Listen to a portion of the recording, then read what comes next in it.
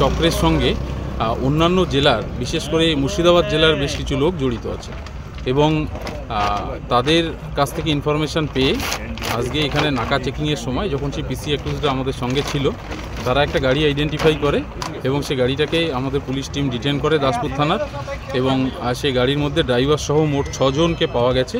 এবং সেটাতে একটি বস্তার মধ্যে নিষিদ্ধ কাপ সিরাপ জাতীয় বোতলে 100 ml বোতলে অনেক সংখ্যক বোতল পাওয়া গেছে, যেটা আপনারা দেখলেন। সেটা এখন একটা প্রসিডিওর হবে, ম্যাজিস্ট্রেট উপস্থিত আছে,